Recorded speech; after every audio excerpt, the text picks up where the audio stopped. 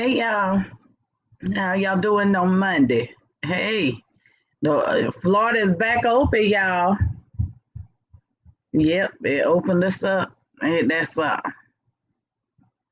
yep. But yeah.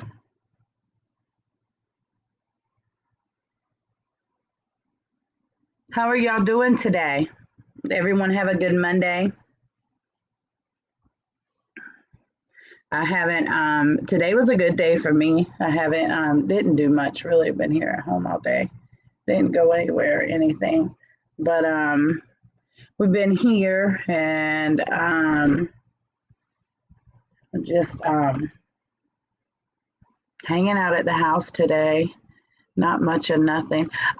Tomorrow is Cinco de Mayo, so I don't know what we're gonna do tomorrow, but we'll do something, right? Margaritas for everybody. No, I'm joking. Why not, right? Why not margaritas for everybody, right? Margaritas, margaritas. So, did everyone practice their is it clean or is it dirty um, stuff today? It's humid as heck.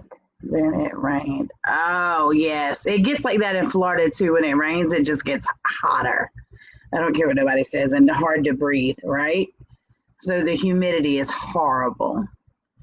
But yeah, so it's similar to that here, y'all. She's in Oklahoma, but yeah.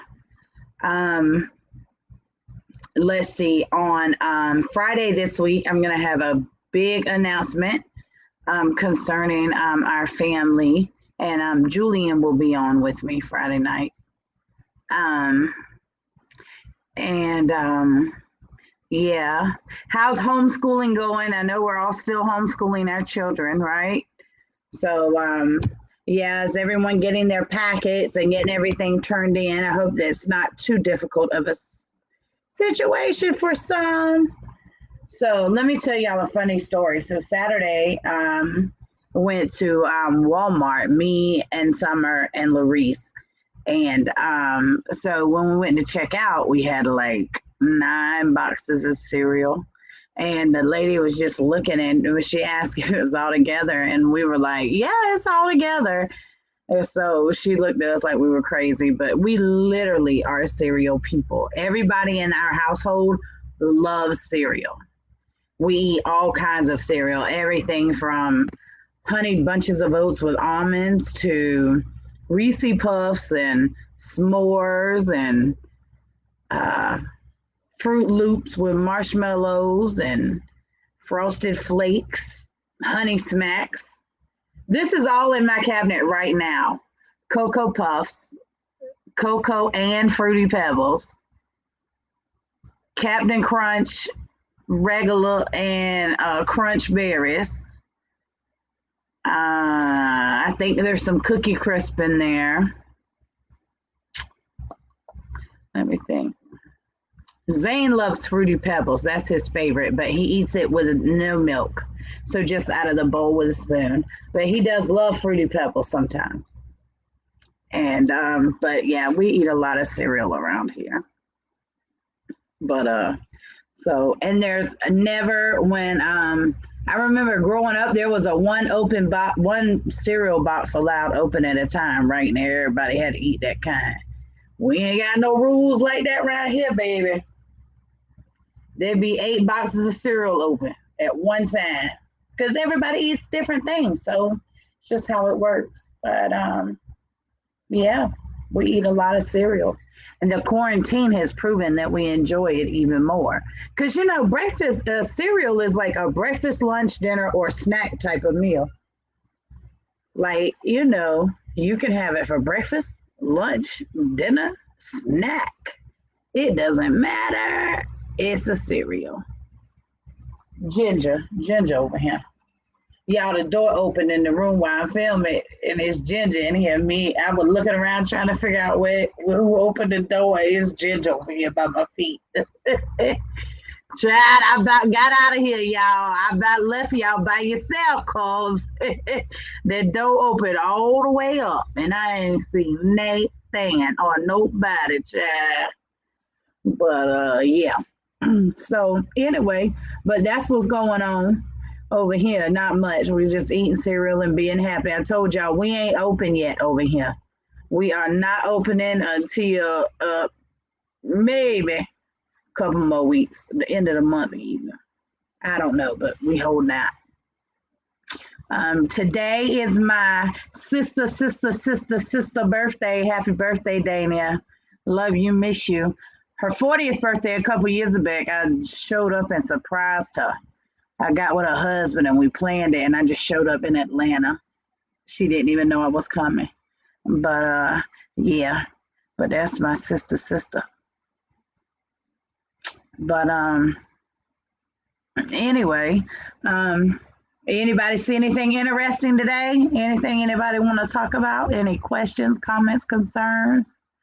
Um, Other than that, I wanted to talk some more about my story. I know the last couple of nights, a couple of events, I haven't really talked about it because I've just had different things going on. But I wanted to kind of get back in that on that tonight because I want to make it clear and plain so that everyone knows. You know, I'm trying. I want to help if I can help you. So I feel like me being honest is the best way to do that. Y'all, I just hit this chair wrong and I don't know how to operate it. So anyway, but so I was in foster. I actually aged out of foster care. Okay, so I left 4 days after I graduated high school and went in the United States Navy. But while I was in my foster home, I learned so many things. There were a lot of us in the home. 5 of us at one time were all teenage girls. My foster mom had her hands full, y'all. But there were 11 of us at one time, and she worked full time, and she was a single foster mom. She wasn't married at the time. She is married now, but she wasn't married at the time, and she did all she could for us. She loved us. She worked, but she didn't play with us either. She was very strict. We had a lot of rules. We had our fair share of responsibility, but she is amazing at what she did because all of us know how to be self-sufficient because she taught us that. And most of us in the home, we would not have learned, we didn't know those things. Like I knew how to clean. My mother required the house to be clean, you know, and it wasn't no clean it like a little girl. You better clean it like she wanted it. And so I did that at an early age. So I could do laundry, cook, clean. It didn't matter at 8. So, but the one thing that my foster mom made sure we knew how to do was how to appreciate what we had. Because as you can imagine, one, we're in foster care. So there is not a lot of money, period, for that anyway. But 2, she worked at the schools in the cafeteria. And so that didn't pay her a whole lot, you know, and she made sure that we were okay, but she made sure that we appreciated what she did for us. You know, there was we were grateful, you know, for what she did. You know, I still call her mom. And but she did. She made sure that we understood how to be grateful and not to expect someone to just take care of you, you know. And it was never because we were in foster care that she taught us that. She made sure that we knew those things because we needed to understand, to appreciate what people do for us. That is important, and that is very much missing in today's society. People are so unappreciative. Unless it looks like and is exactly what they wanted, they don't seem to appreciate what is done. But yeah, but she taught me that. And I think that is one of the greatest assets I have is that I am grateful no matter how little it appears or seems to others, or it may even be. I'm grateful for that because I've not had anything. So I'm grateful. She taught us not to say, why am I in foster care, but to say, thank God I'm in a good foster home. Thank God that my foster mom cares about us. Because there are some horror stories out there about foster homes, guys. And that's just the truth of the situation. But my experience in foster care was different. I was in foster care for 3 years. And I mean, it wasn't that bad.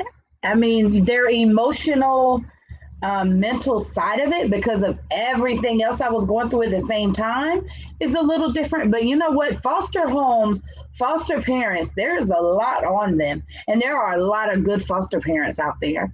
Amazing. And there's some horrible ones out there. And, that's why I try to encourage every social worker that I know that is a friend of mine or on my page. They're like teachers. We have to encourage those guys because they definitely aren't getting paid the big bucks, and the job they do is so important. But I also encourage you guys, or if you're not someone I know on here, to make sure that you're doing it for the right reasons. You're not getting burned out. You need to remind yourself it's about the kids, right? It's not about the adults. It's really about protecting the kids. And you guys have a job to do, but you have to do it. And you have to pay attention. You have to trust your instinct. Those are things you don't learn in school. But I just encourage you to give support to foster parents as well, to make sure that they are healthy mentally. They go through hell because some of us kids that are in their home, we are something else. We are mean and angry and aggressive. And look, no parent deserves that, but especially a foster parent who's volunteering to let you live in their home. But there are some kids that are so angry and they go through so much, and these foster parents love them and go through it with them, but they need help too. They should have to have a counselor just like the foster kids have a counselor. Now that I do believe that foster parents need therapy. They need someone that they can talk to because of what they deal with and they go through, you know. So that's a personal opinion, but I think that's something that should be implemented is that they have regular, once a month they should see a therapist. And I think in doing that, we can protect some of those kids who aren't getting put in such great foster homes, right? Because not every foster home, as I said before, is mine, is Debbie Jones or Debbie Rozier's foster home. So, or the Kaisers, which they're retired now too, or just amazing foster parents. But they need somebody to talk to. Us kids or something. I'm just saying.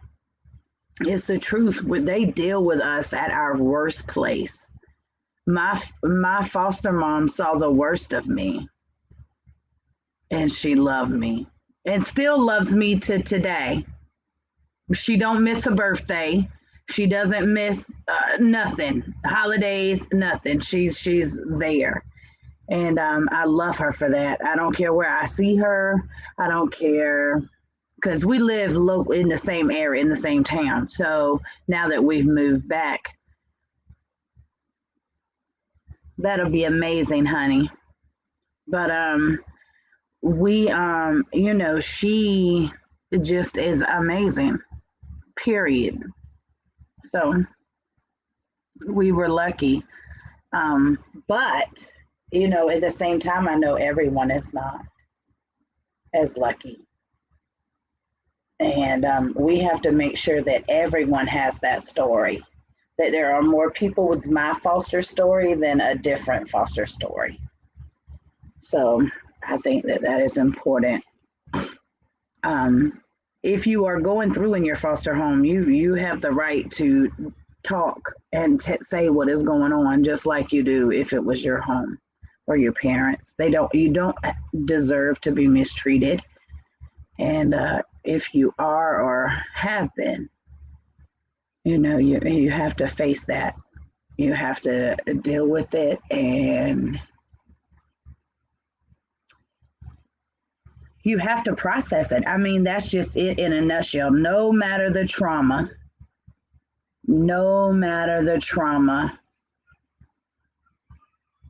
the only way around it is through it. And I know that's tough. And that's why we all need a counselor, especially if you've had a traumatic experience, because they got to help you work through it. Because all I can share with you is what I've been through, how I process things. So a counselor is studied many different methods, many different ways. So they know different ways to reach each of us at our different places to pull us forward so that we can go through whatever we're our trauma or whatever we're facing or overcoming, instead of having to go over or around it. Because if we go through it, we don't have to do it anymore. If we go over it or around it, guess what? A little further up the road, we're going to face it again. And we have to face things, no matter how hard or what it is. We have to. So I just want to encourage you that if you are right now facing these things, look, you're going to get on the other side of it. I understand you don't know, you don't see right now, but hear me. You will make it to the other side. Because if you survived the trauma, you can survive the recovery. Right?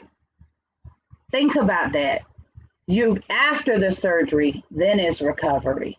So you have to get through the darkest point to begin to recover. So I want to encourage you to remember that, to tell yourself, you know what, I've been at the darkest place. So now all I got to do is keep going forward, because as I face these things, as I deal with these things, I'm able to help someone else. I don't know if y'all remember one of my earlier shows I was talking about, as a corpsman in the Navy, one of the things that we were taught were we watch one, do one, teach one, right? Some nursing programs and other programs still teach that. But so you watch one, you do one, you teach one. So that's the same way in how we process stuff, right? Someone is watching this right now. And some of what I'm saying, maybe they were in foster care, maybe they've watched one of my previous videos and seen, about my sexual assault from my stepfather and my mother's husband, those types of things. But the thing is that I had to see it. Then I had to go through it. Now I have to talk about it to help someone else get through it, because they're where I was. So if more of us reach back and help, instead of acting like we're scarred, or we're the ones that were wrong, or we're the ones that have the stigma. Do you think for 1 second, I don't care that my mother's ex-husband is here in Bradford County? I don't care if I walk into him in Winn-Dixie. I don't care. He has no control. You have to remember who is in control, and you are. Even if it looks like chaotic beauty, it's still yours. You are in control of it, and you get to determine how you process it. You get to determine Which rock are you going to go under first? No one else gets to tell you that. But what you need is a counselor. You need someone you can trust, someone you can talk to, someone that can guide you through the process. Because what tends to happen when we deal with trauma alone, what tends to happen is we deal with trauma, okay, say we went through something, and then we get to a certain place in it where we like, nah, I don't want to deal with that. Then we start bouncing around at what situations or what problems we want to face or deal with, or how we want to deal with them, because we don't want to deal with it head on. No, you guys, that is not the answer. I spent years running in that circle, in that cycle. It is not beneficial long term.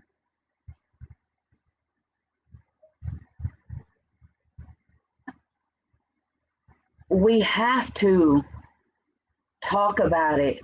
If you're processing trauma and you the only one knows about it, you might not be getting through it, y'all. Look, hear me. If you're trauma and if you've been through trauma and you're the only person that knows your trauma, you cannot process it by yourself. It will seem like you do, and you'll feel better for periods of time, but it just takes one thing to trigger certain things. Let's talk about a trigger for me, because we're talking about me, right? So I'm being open and honest. One of the times that I was sexually assaulted by my mother's husband was in Palatka, and it was during a thunderstorm. I can't sleep. If I wake up and there's a thunderstorm, and by thunderstorm, it has to be thundering and lightning. It has to be both. But if it's doing that, I cannot go to sleep, nor if I'm asleep and wake up, can I go back to sleep. Also during those times, I can't cuddle with my husband or be laid up in the bed. I have to get up out of the bed, go, if I'm in the bed, I have to go in the living room. I have to find something, and I have to be busy. To today, right now, that is how I deal with thunderstorms. No matter where we are, no matter if we're traveling, it doesn't matter. Thunderstorms are a trigger for me. And, that's it. Right. Well, you know what, Shauna, there's a difference in being forced to go to therapy and going to therapy. I have been blessed in my therapy journey. I have only had one therapist that I fired and refused to see anymore. One counselor. Now I've seen a couple of psychiatrists, and then I've had like 5 different therapists over the years.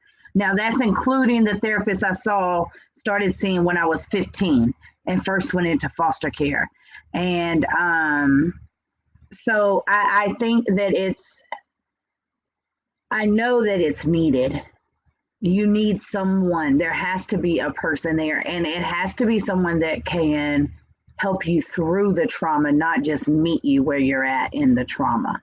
So whoever is counseling you needs to be able to help you, not sit with you. Do you understand what I'm saying? If they can't actively process you through your trauma, then you're paying them to do nothing. Period. So, Shauna, I really think that if you could get some counseling, I think it would help you. I love you. But in all honesty, we all need a counselor, right? Everybody in this house got a counselor. Julian got one. Zane got one. I got one. Hey, Summer got one. We like therapists around here. Yeah, it's something, but I just want to encourage you that if you're going through, find you somebody. And look, people, if you are that somebody comes to, shut up. You don't have to repeat what they tell you. None. There's no need to repeat what someone says to you.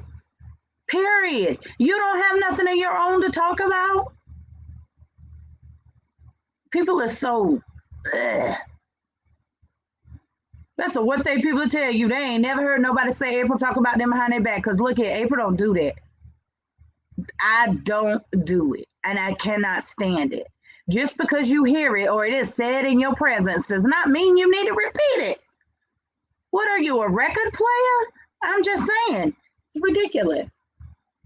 If someone trusts you enough to come to you,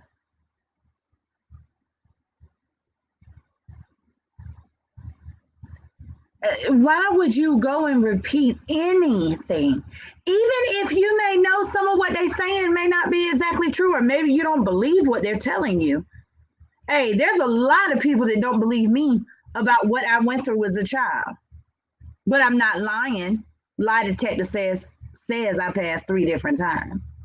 And he failed 3 different times. I'm just saying. It's in court documents. I can prove what I just said.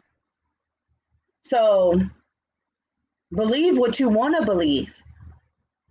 But for the person that went through the trauma, you deserve to let go of it and not live with it. It will affect your entire life. Believe me, it will affect your entire life. It becomes part of how you're made up, right? Because there are certain things, certain ways, certain that I just don't do. There's certain mannerisms that disgust me. There are certain things that I just don't have any tolerance for, right? So one of those things is northern beans. I hate northern beans, y'all. I will not eat them. I don't want to see them. I don't want to smell them. The sight of them makes me think of him. I hate them. And this is with all my years of counseling, right? So it's okay. It's okay. Your process is just that, your process. And all of our processes aren't the same. That's why there are so many different books and so many different perspectives and so many different speakers, because each one of us have somebody that understands it the way we do. And so that's why it's so important that we help each other and that we talk and we're honest. We are honest people. I don't, you have to be honest.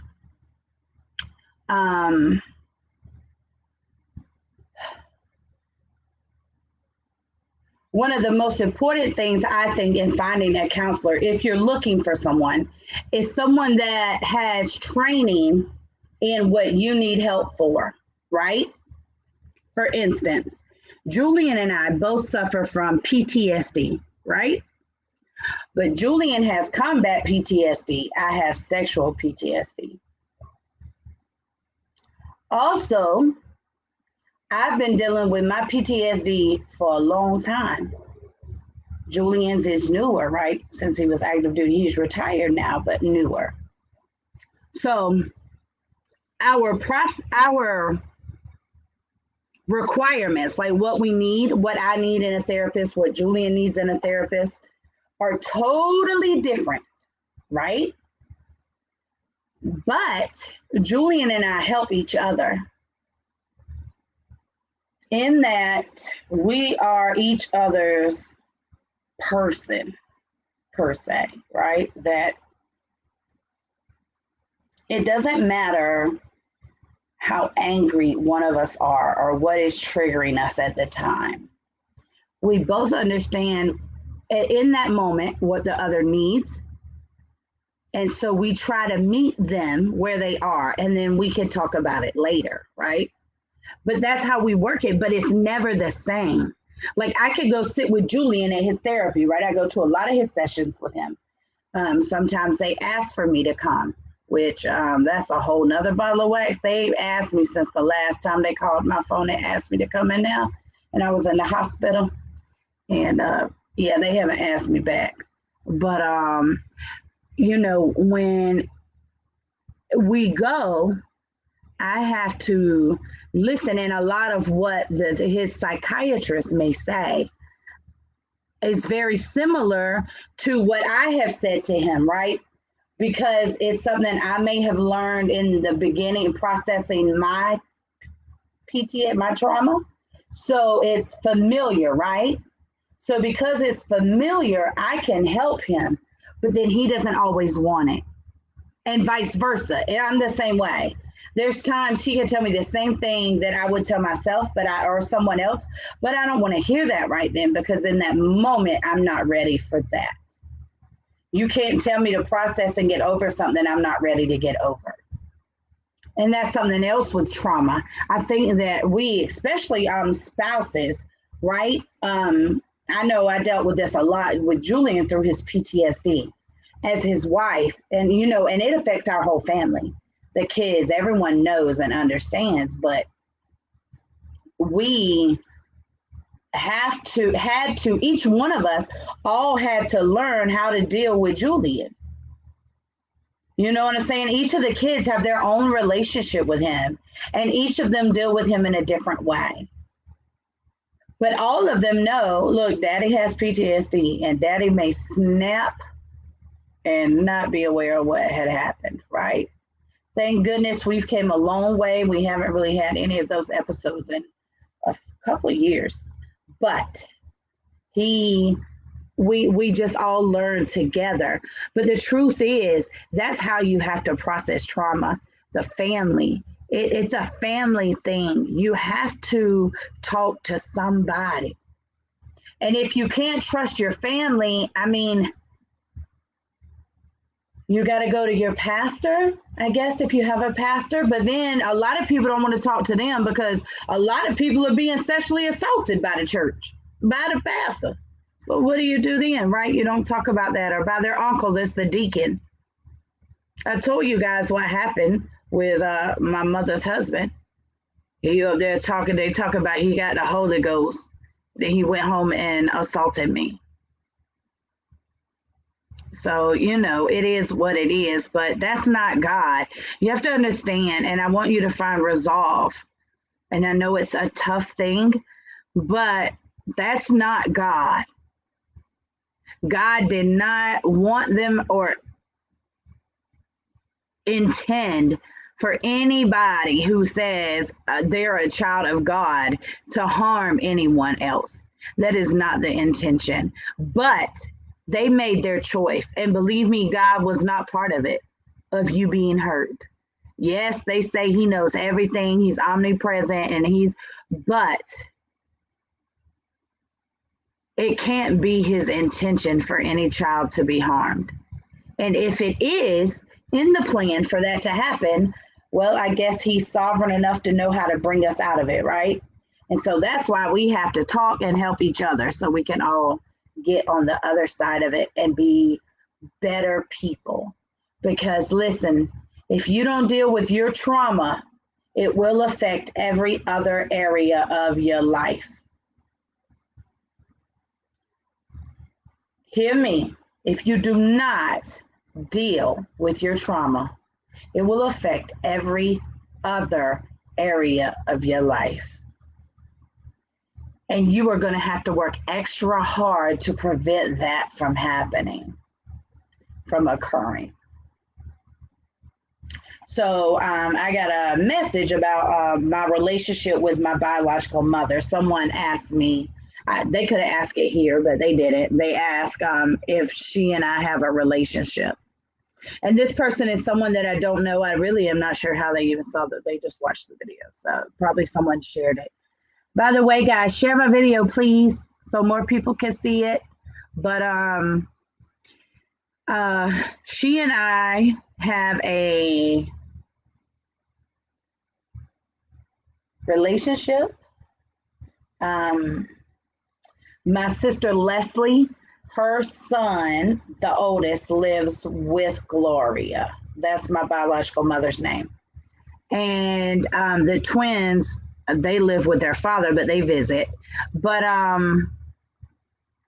she and I have a relationship. I do not look at her like a mom.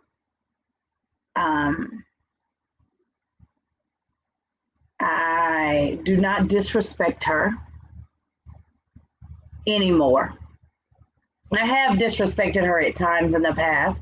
We actually had a fist fight, but I was much younger. Summer was a baby then, so that's how long ago that was. But y'all hear Julian, that's him sneezing in the background. But we have a relationship. We talk maybe twice, maybe 3 times a year. You know, I don't think for either one of us that it would ever be any different, right? Because one, I've been through what I've been through. 2, I mean, it's got to be hard to look at me, right? Just saying, that's tough. And she has to be very hard on herself, is what I'm trying to say. And I've told her there's no need for that. You know, forgive yourself, let it go. But if I was a mother and Summer or any of our daughters went through what I've been through, I don't know that I would feel like a good mom either. But you know what? Because of the type of mother she was, I'm the type of woman I am today, right? Thanks to her, thanks to my biological father, thanks to her husband, to my father's wife, thanks to all the combination of trials, struggles, and tribulations, right? That have made me who I am. And let me tell you something, I'm all right. Let me tell you something, I have an amazing life. And I just want to help others. I don't have a lot of money. It ain't about finances. It ain't about money. I've probably spent more money than I'll make the rest of my life. But it's about the peace I have, the joy, the unconditional love that I have from my husband and my children. All of them love me. All of our children love me. They don't like me all the time, but all of them love me. And I would do anything for any of them. And I'm blessed. I have 2 beautiful grandchildren, y'all. I got a prince and a princess. I am blessed.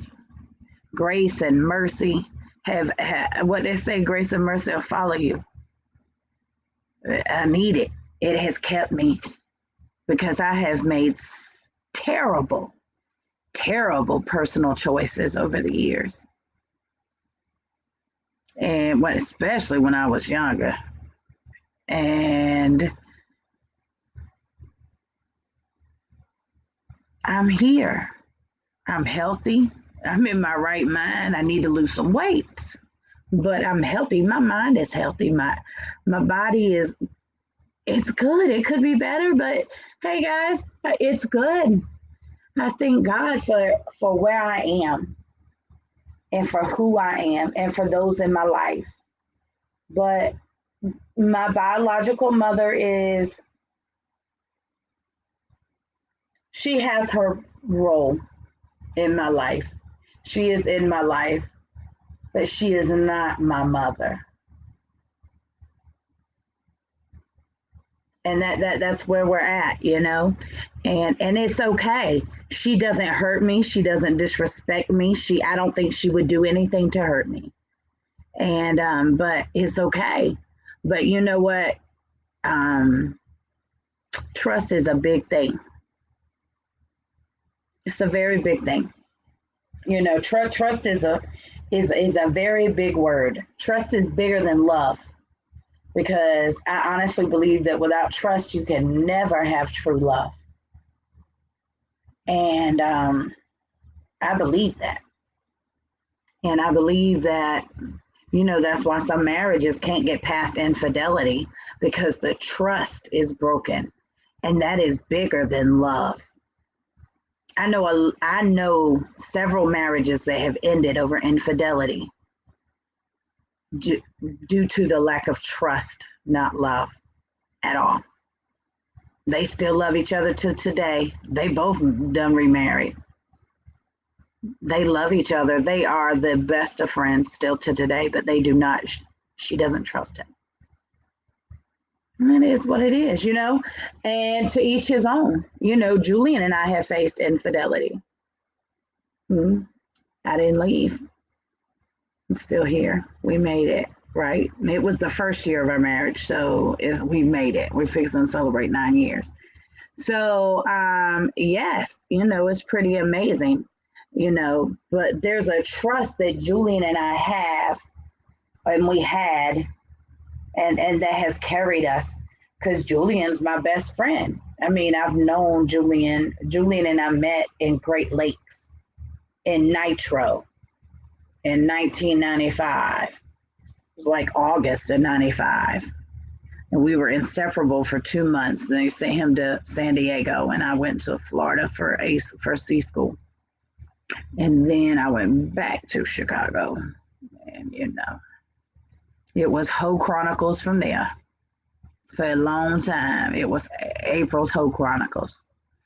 And I did what I had to do to take care of me and mine. I was a single mom for 14 years. We're going to talk about all that, though. We're going to talk about my relationship, mine and Julian's marriage, but that's going to happen with him on here more so, because people can benefit from, like I said, one thing we are we are teammates, and we are survivors around here. So, I can't wait to get into all of that with you guys. But I will see you guys. I'm going to get off of here. I will see you guys on Wednesday at 9 o'clock. I will be back on. Do me a favor. Please share the videos. Share my page. Go to my YouTube and subscribe, please, so I can get me a little check. I'm trying to get a check, y'all. So I want to get a little check. And that's all. Just if you have any questions, feel free to inbox me. You can inbox my Real Life Talk with April page. I'm the only one that'll see that. You can inbox my Facebook personal page. Whatever you would like to do, if you just needs, I'm here. I'm here, and to help you to get to where you need to be at peace and complete. And Friday night, Julian will be on with me, just so you guys know, at 9 o'clock. Julian will be on, and maybe someone else, not sure, but Julian for sure will be on Friday night, because we have a special announcement. Ooh, spirit fingers. They don't even work like they used to. Y'all see one hand work good, the other one ain't. But yes, so y'all come on, and yeah, that's all. That's all I got to say. Y'all have a good night. Enjoy your Cinco de Mayo. I will see you guys on the 6th. Good night.